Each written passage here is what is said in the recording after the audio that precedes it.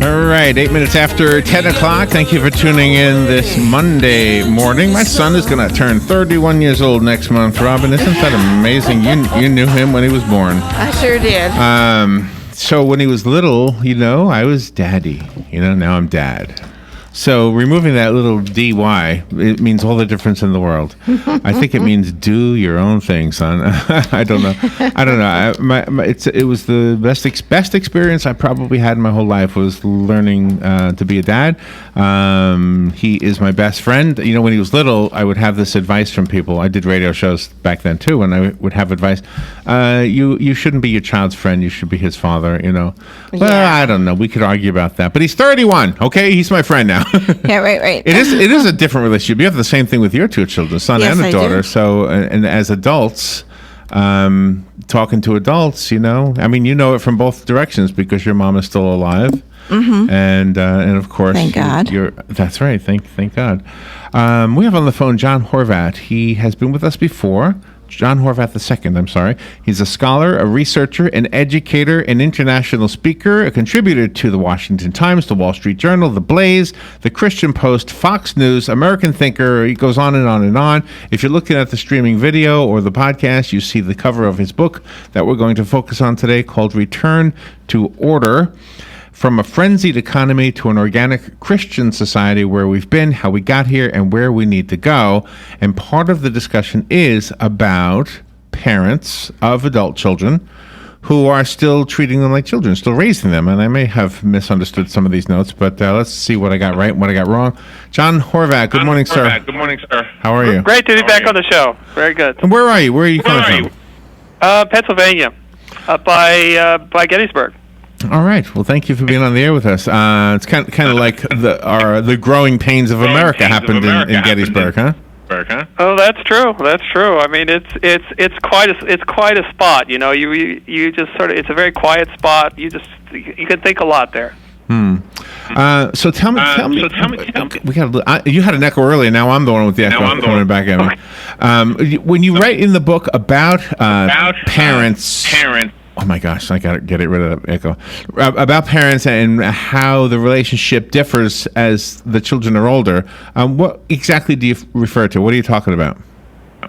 Well, I mean, when children grow up, they go through a lot of phases, and some of these phases they call coming of age or rites of passage, where they begin to assume adult responsibilities and become adults. What we're seeing today is many of these students, many of these children are really not becoming adults, and they don't want to become adults. They want to be eternally or perpetually adolescents, and that's really something of great concern. What is there something to point to explain the cause for that? Well, I mean, it's a lot of times it's because they can. The culture says you can be in adolescence the whole time. You can just, you can just go from. You don't have to have duties. You can only just gratify yourself. It's really a whole cultural thing that you'll have adult children from 18 to 34 living with their parents. 1/3 of them do that, and that's not natural. That's not the way things usually happen. I went with Robin to her nephew's graduation on Friday, and one of the announcements that they made was how many of the students would be going from high school directly to the military, and I wondered what life would show them, and assuming they don't go into combat, but chances are some of them will. But even without combat, I think sometimes the military infuses a different type of experience, and therefore we come out of that experience, that service, differently than our counterparts who will go on to college. Definitely, because acts have consequences, and sometimes very grave consequences, and you are forced to deal with misfortunes and hardships that can be they are very hard, but nonetheless they do teach, and they are very helpful to building character. So yes, I definitely agree. Yeah. So what are we doing, and why are we doing it differently than we did a century ago? Well, I think it's largely because there's a book now came out now just called The Vanishing Adult by Senator Ben Sasse, and from Nebraska, and he comes up with some very good reasoning. He said, well, the work ethic has been completely undermined by the ease in which everything can be obtained, or we're segregating the age groups so that the young people don't have contact with older people or very old people from which they can learn things. There are a lot of things out there that are contributing to this coming of age that isn't coming. Right. Oh, right. That's a good point. And I think the idea of working hard for something. Oh my gosh, it's so hard to say. John Cougar Mellencamp, the singer. I remember him on an interview one time, and he said it's not where you are on the track, but how far you have come down the track. But I guess the kid who might be born in British royalty, for example, those kids. They could go just as far down the track as the kid born in the Bowery or something like that, and still get as much out of life and give back to life. Mm-hmm. I guess. Yeah, I mean, all this is really it is this what I call frenetic intemperance in our society that just says, I have to have everything now, instantly, regardless of the consequences, and so you don't think in terms of future, or you don't even think in terms of past, and as a result, things don't have consequences. I wonder sometimes the fact that we don't send paper letters to anyone anymore. There are no paper journals. I wonder how much of life today will actually be preserved in the future. Right. That is another point. Just the screen time and that makes things so instant, so ephemeral from that point of view. There's even now a verb going around. It's called to adult. I don't know if you've heard that. No. But it's a real verb. But they're using it, saying to not to become an adult, but to do something grown up is to adult. I see. A 1-0, not 2 O's. Yeah. I showed up for work on time this morning. I'm adulting.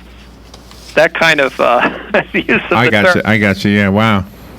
So I mean, it's just really a strange situation. We really haven't had this happen before. I mean, in our history. So if I were to, in the old days, wanting to build something by hand and have to cut the wood all by myself, I'd have to measure it. And I know in today's carpentry classes, they teach them how to design things with computers, and I don't see anything wrong with that, except for the fact that it's probably quicker. And the actual cutting of the wood has to require a saw and an actual tool.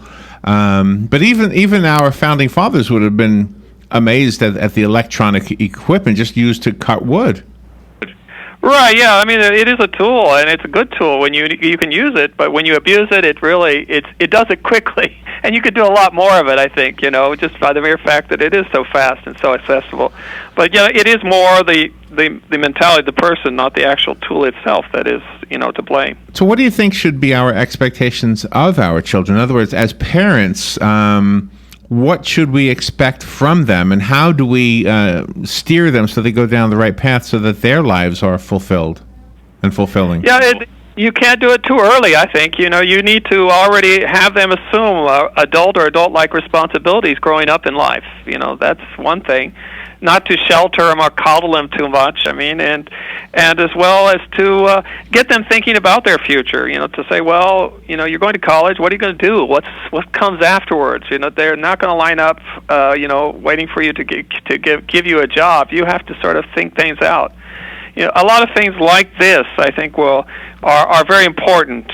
Always before, as early as possible, to try to form your children to think about what's going to happen, and not to stay in the basement. How effective do you think exchange student programs are as far as giving them exposure to what life is like in other places? Oh no, I think it definitely helps. I mean, always, you come out with a different outlook of things. When I went overseas to study, it was just great. You just really it really helps you to assume a certain responsibility, because you're on your own out there, and you have to somehow deal with a culture, and it's not all given to you. The book that we're talking about is called Return to Order: From a Frenzied Economy to an Organic Christian Society, Where We've Been, How We Got Here, and Where We Need to Go. John Horvat II is the author of the book and our guest, and we'll continue with our conversation on the other side of the break. We'll be right back.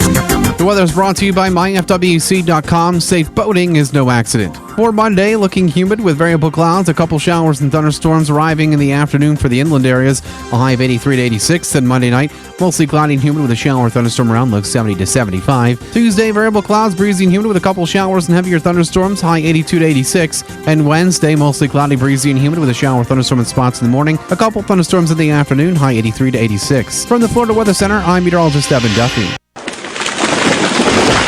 That was the sound of a tree falling. It could be your tree. You're going to have it trimmed, but never got around to calling Pride Tree Service. It could have fallen in a field, and now all you have to do is call Pride Tree Service, and they'll have it quickly out of the way for a great price. But don't wait until the tree falls. It may not fall in the field. It may hit your car, your house, or worse. So call Pride Tree Service today and avoid all those headaches before they happen. Pride Tree Service, 572-2510. That's 572-2510. Animus Foundation is the name of the Ocala-based nonprofit sanctuary dedicated to the rescue and rehabilitation of wild and domestic animals. Animus, plainly stated, needs your 100% tax-deductible donation, which will go directly to animal care. This sanctuary is run solely on donations. There are so many questions to answer. Please call 843-6379, and they will explain to you how these creatures that live among us are cared for. Please call 843-6379. Thank you. Ocala Business Leaders Incorporated is a group of independent local firms providing a wide range of quality goods and services. Each firm strives to maintain the highest level of professional integrity and 100% customer satisfaction. When you're looking for goods and services, call a member of the Ocala Business Leaders, and we are confident you will be pleased with the results. If you are interested in becoming a member of the Ocala Business Leaders, join us at the Ocala Elks Lodge, 25th Avenue in Ocala, any Wednesday at 7 a.m. and enjoy a breakfast on us. For more information, check OcalaBusinessLeaders.com.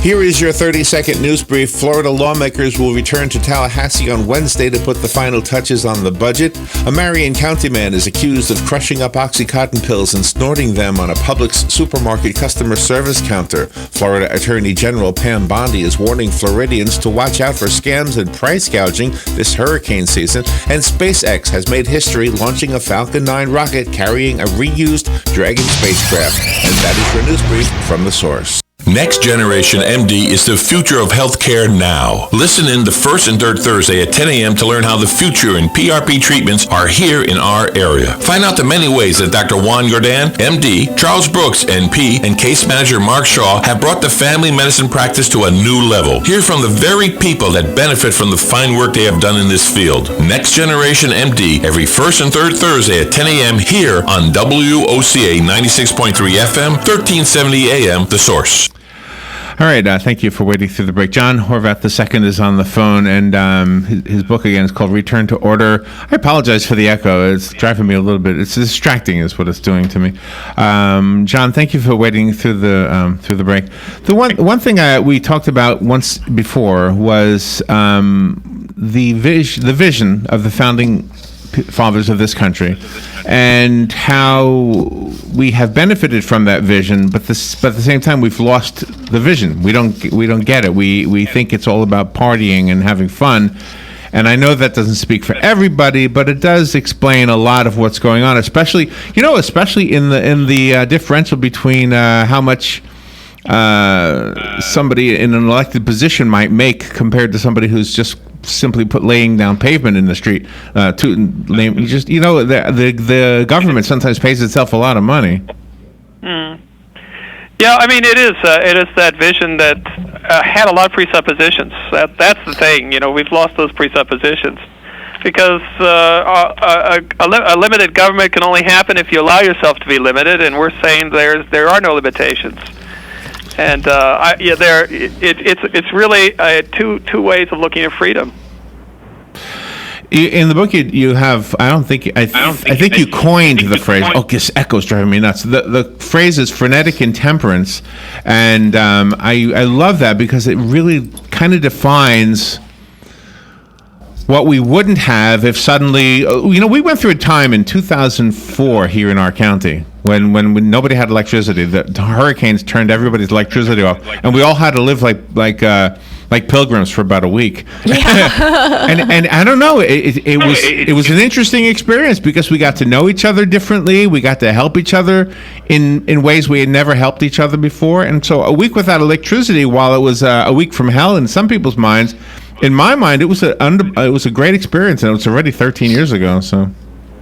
Right, those hardships sometimes they really help to unite and keep people from thinking about themselves, only about themselves and their own. It's me. When you have to rely upon other people and to help other people, I mean, it does an enormous amount of good, and we've lost that sense, I think, and that's part of this whole problem, especially of children, the raising of children and adult children, as we now call it. Yeah, I think I might have shared this with you before. I know I shared it with our listeners. Robin and I met Donna Douglas. She has passed away since, but she played Ellie Mae on the Beverly Hillbillies. And so just a little name dropping there just for the sake of recognition. But the reason I'm telling you about it is because she told us a story, and I can't remember if it was a dream or just something she told us about going to heaven or seeing heaven in a dream, or hell, I guess was hell, and everybody was eating with 3-foot-long spoons, and nobody could eat because the spoons were too long. They couldn't reach their own mouths, and in heaven, it was the exact same thing, a table full of people with 3-foot-long spoons, but they were feeding each other, and it was the difference between heaven and hell is those who help each other and those who don't. Right. Yeah. I mean, we are social beings. We're made that way, and the idea of the individualist that says I don't need anyone. If I need someone, it's a deal. It's a contract. It's not a relationship.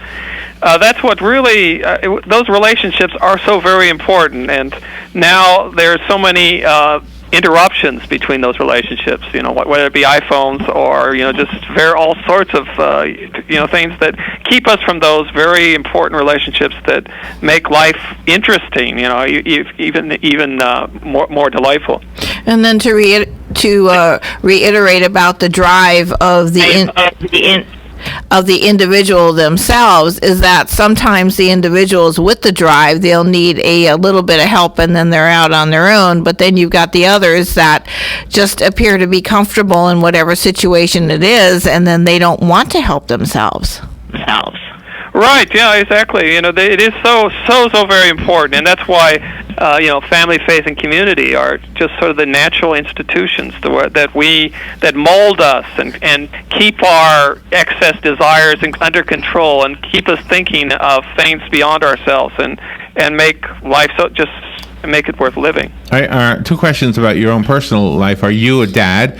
And as a child, did your dad instill these things in you? Well, I'm not a dad. I'm single, so I'm not. But my father. We grew up on a farm, and so in Kansas. So my father always had jobs that we had to do. All summer. He had a list of things you had to get it done, and afterwards you went swimming and you did whatever you wanted to do.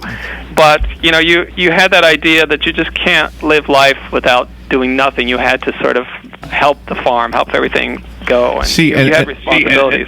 And usually when we hear people like yourself who grew up on a farm, you always hear those stories, and the kids who grew up in the city, and it's no fault of their own, but a lot of times mom and dad, they're working a job each, and the kids go to school and they come home and they got nothing but a basketball court, and that's not really exactly a hardship, and they might view it as one, but it's nothing like what you had to do with all the work you had to do. Right, and you at the time you don't necessarily think it's the best thing in the world, but afterwards you thank him for it because it did help. It does build character, and character is just so very important. I mean, everybody goes through hardships in life. The difference is attitude. You either accept them or resent them. Right. Many people just resent them. I have a caller calling in. Let me take the call real quickly. Hopefully the echo is not too big of a problem. Good morning. Thank you for calling. You're on the air with John Horvat II. Hey, Larry, that Kansas farmer just like me, Illinois farmer. My dad was a drunk, but he taught all of us how to work. And that's one thing, no matter what happens, they can't take away from you. Would you agree? Absolutely, and I wouldn't trade it for anything in the world, because you just learn so much, and it's hard knocks. It just it really forms you for the rest of your life. You can't take it out of you. You can't take the farm boy out of the person. Yeah, right. Thank you, Frank. All right, you're getting really good reviews on Amazon. I apologize for the echo. I think you're not getting it, but I'm getting it this time.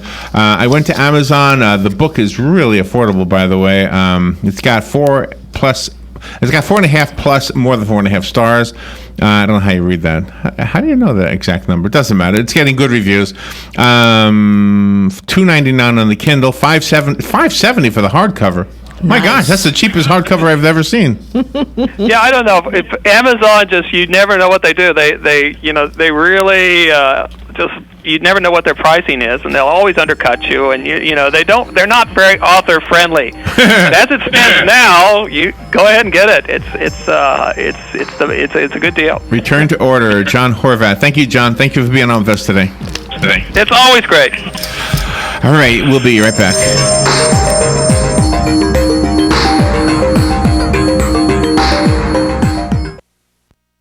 This is a Fox News Alert. I'm Pat O'Neill. Police in Florida investigating a shooting involving multiple fatalities at an industrial area near Orlando. The Orange County Sheriff's Office says the situation has stabilized. President Trump firing off tweets this morning reacting to Saturday's deadly terror attack in London, saying the Justice Department should have pushed harder for its first travel ban. His revised plan also blocked by the courts. The president called